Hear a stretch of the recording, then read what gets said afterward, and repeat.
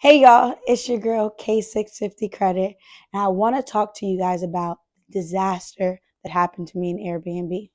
Now, look, I lost $10,000 trying to be fast in Airbnb, and I want to explain. So maybe you guys don't have to go through this. So, like, subscribe, comment below after I tell you this crazy story. So, I got an Airbnb about 2 years ago when I first moved to Atlanta.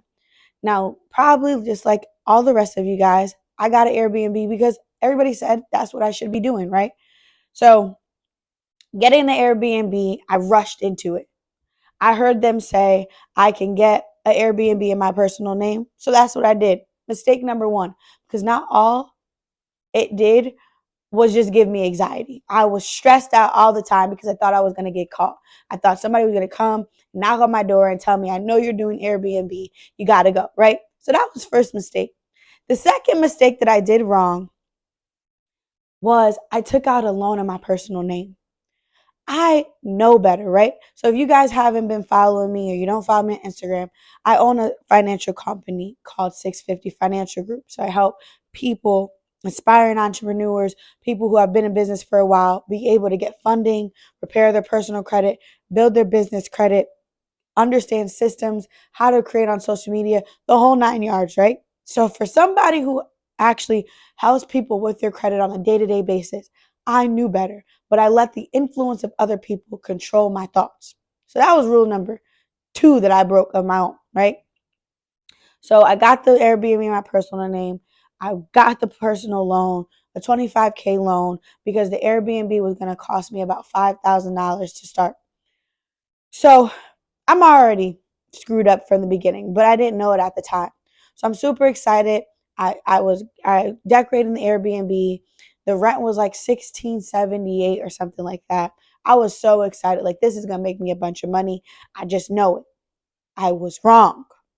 And here's where I went wrong outside of the other stuff I told you I went wrong about. The biggest mistake is I never really thought about if the Airbnb wasn't going to be booked every night, right? So I did the numbers based on the Airbnb being booked every night, right? And then I also didn't equate that, hey, I'm going to have competitors. I don't know why I didn't think of all of this stuff going into it, because I have a business. I do this all the time in my own business. Compare rates, thinking about how I'm going to charge based on the next person, all that stuff. But I let the illusion of social media completely control my actual judgment of what I thought and what I knew, right? So the Airbnb, of course, wasn't booked every night. So I was starting to come out of pocket every month to be able to cover my rent. And then I didn't think, this thing don't got a washer and dryer. So now I got to go buy a washer and dryer. What if somebody breaks my stuff? Airbnb sometimes doesn't cover it. Didn't think about that. There was car break-ins. I didn't equate for that either. I didn't have that in my rule book. If there was a car break-in, I wasn't liable. It was so many things I just rushed into that I just didn't think about. And it cost me a lot of money. So I put about $5,000 into it. I covered about $5,000 in rent and fees and break-ins and all this stuff that I just never thought about. So why the heck am I telling you guys this? Because I don't want to discourage you from getting an Airbnb, but I want you to learn from my mistakes. Whenever going into anything new, trust your judgment. If you don't feel right, don't do it. And don't let people on social media make you feel like you're missing out on anything, because you're not. Especially when the missing out part costs you $10,000. Now, I'm not upset, right?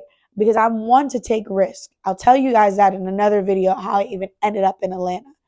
But what I do know is that this situation taught me that I don't rush my own process. I sit down and analyze things before I actually do anything. I know better, so I have to do better. And it also taught me to continue doing work on myself, because I don't know about you guys and anybody who's watching that's an entrepreneur. Becoming an entrepreneur taught me how to actually truly do the self work of loving myself, handling adversity, handling failures, understanding myself in its entirety, what takes me off, what I need to work on. And I swear, if I never became an entrepreneur, I don't even think I would have been even willing to do the work. But because so many uncontrollable factors happen with being an entrepreneur, it really essentially made me sit down and really get me together. So this was just another lesson in the book that turned out to be a blessing because I became more resilient. I been able to solve problems a lot better. I've been able to handle adversity. I've been able to understand that my mistakes are not mistakes, they're just growing pains. I've been able to understand me. So, yes, I lost $10,000 in Airbnb, but I gained so much more.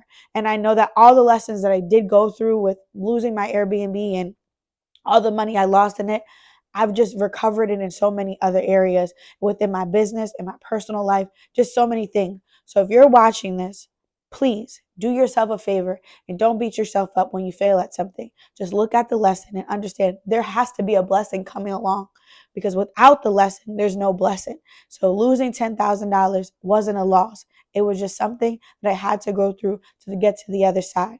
If you like this video, click the link below, like it, subscribe to the channel, and I'll see you guys soon.